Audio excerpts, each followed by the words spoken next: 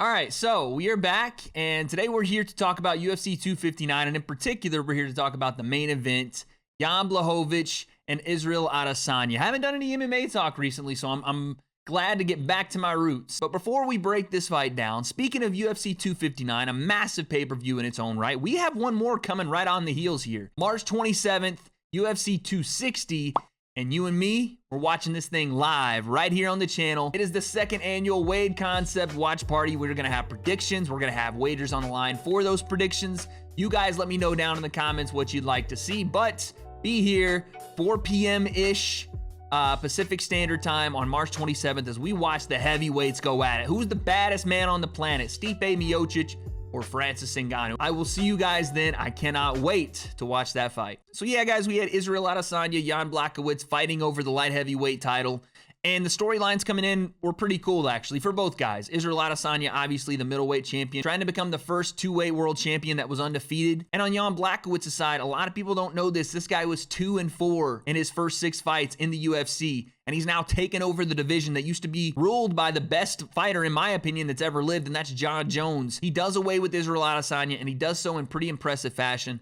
Let's talk about this thing. So from round 1, you saw a lot of things in this fight that you would think you'd see from both guys, from Israel Adesanya and from Jan Blachowicz. Jan wasn't necessarily throwing as many combos early. He was looking for some big-time shots. Israel throwing a ton of feints and really getting a lot of reaction off of those feints like he normally does, but there were key indicators as to how this fight was going to go if things didn't change for a guy like Israel, who didn't capitalize on a lot of the feints. He was feinting a lot. Early on, you saw a lot of that from both guys. A very patient fight.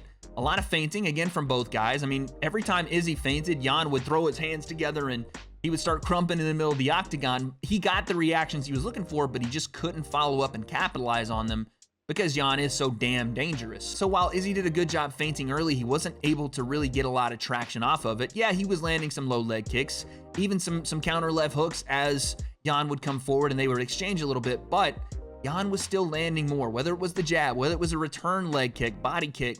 He was finding ways to land in more succession, and he outlanded Izzy surprisingly in rounds 1, 2, and 3, if you can believe that. All you could hear from the commentary team and all you're led to believe is that Izzy is outclassing him with these feints, but if there's nothing happening off of the feints, he's not doing anything. It'd be like a comedian just throwing in a setup, skipping over the punchline, and then just going to the next setup. You have to have some kind of punctuation for these feints. They are all window dressing to get the reaction you're looking for, so then you can attack. Izzy wasn't able to do that. On the part of Jan Blachowicz, like I said, he was doing a really good job staying patient. He didn't come forward like a berserker, throwing big, heavy shots, trying to get the smaller guy out of there. He fought a smart fight. He was able to put Izzy on the back foot at times. He was able to get Izzy on the cage at times, even take him down at times, although we all know at this point Israel Adesanya's takedown defense or his ability to scramble back to his feet is really well known as being pretty damn good. But as this fight goes longer, you start to see two things. Israel Adesanya starts to slow. Jan Blachowicz starts to grapple. And when those two things are combined, now you get Jan Blachowicz starting to be the aggressor, starting to move forward and put Israel on the back foot. One thing I've always noticed about Israel Adesanya, and I think it's coming more to light now, you can go back through his fights. You can go back through the Robert Whittaker fight, the Paulo Costa fight. You can find instances where he loves to avoid shots by leaning his upper body straight back, right? He loves to do that with that chin straight up in the air, but his lower body doesn't necessarily go anywhere. And most of the time he's successful doing this because he'll stay in range with his lower body, give you the illusion that he's there, dip that upper body, make you think he's out of range, and then starts to counter. And when he does counter, he lands flush. You saw him do it to Robert Whittaker and he landed on his chin. But in this instance, when you have a guy that is a high-level grappler as well as a high-level striker, and Jan Blachowicz, you've basically given him an easy means to get to a double leg takedown. Because when Izzy decides he wants to hit that lean back to avoid shots, right, to pull back on shots, but he's only doing it with the upper body, all Jan has to do at that point is run forward on Izzy, big time shots up top to get that reaction,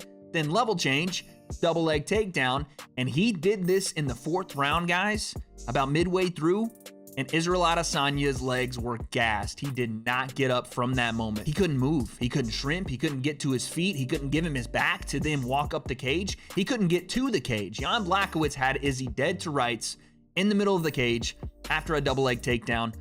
And this is where the fight really started to turn, because you could argue that Israel Adesanya won 2 of the first 3 rounds, or all of the first 3 rounds, or 1 of the first 3 rounds. Whatever you wanted to say, it was still a close fight heading into that 4th round. The big difference came when Jan Blachowicz got Israel Adesanya down in the middle of the cage, a big-time blast double, laid him there on the mat, and stayed on top of him. Jan holds him down for the rest of the 4th round. In the 5th round, kind of the same story. Izzy starts pretty well on the feet. Jan does his thing on the feet as well. And then a big power double as Izzy kind of lazily is in range, kind of poking out shots. Again, he tries to pull that head back. The lower body doesn't move. And Jan says, I'll be taking these legs with me, and I'm going to put you down on the mat for a nap time. Around 20 seconds left or so, you see a big time flurry from Jan on top. He's raining down shots. I don't know if he was in full mount, half guard, or full guard, but he postures up and he is letting go shots on Izzy, and there's nothing Izzy can really do at that point. The horn sounds, and it's a punctuation mark on the fight for Jan Blachowicz. I thought it was pretty clear that Jan Blachowicz won this fight. I thought he won it before he started grappling. I thought he won it when he was giving Israel Adesanya caution to come into range and stay in there with a guy that is as heavy hitting as he is. Even though he was reacting to a lot of Izzy's feints, I thought he was able to mitigate a lot of the damage that would come after those usually. With the question mark kicks, I think Izzy tried a question mark kick 10, 15 times out of southpaw, and it just couldn't get there. It was a tit for tat fight in the striking game, and Jan was not only holding his own, but he was winning some of those exchanges. And then the takedowns and the grappling ability of Jan later in the championship rounds was just the icing on the cake. It cemented a big W for Jan Blachowicz, and it cements the 205 division as still a problem. It might not have the John Jones, Daniel Cormier's, but it does have some really high-level skilled fighters, and Jan Blachowicz just said, listen, this is not the division to come and make your name off of. I think it's in Jan's best interest to, yeah, have an eye out for that John Jones fight. If it ever materializes, that's great, but really cement his legacy as the champion of that division. Not just the champion because John Jones left, but solidify you are the only man in that division that's incapable of being beat at this point. For Israel Adesanya, listen, he took a shot, he swung and missed. It happens, man. Chasing greatness. It was a key line from Israel Adesanya. And he put a lot on the line. I think it only bolsters his stock too, because he held his own with 205's champion and he didn't get finished. And it was a relatively close fight. So going back down is what I think he needs to do. Go back down to middleweight. And again, just continue to clean that division out, because there are some people there. Robert Whittaker is still right there. Darren Till is still right there. Jack Hermanson right there. So there are some big time fights for him at 85, and I think he's going to be just fine down there. He just ran into a guy that was stylistically a rough matchup for him. He was bigger than Israel Adesanya was. He was able to stay with Israel Adesanya in the striking game, and when grappling situations came about, he was able to not only put Izzy on the ground, but keep him there. Something no one else has been able to do. UFC 259 was a wild card in basically every sense of the word. Listen, the UFC makes these things for big time blockbuster events and to make a star. Izzy's probably never going to get that John Jones fight after this, and that's unfortunate, but he still is one of the best in the world, and Jan Blachowicz remains your 205-pound champion.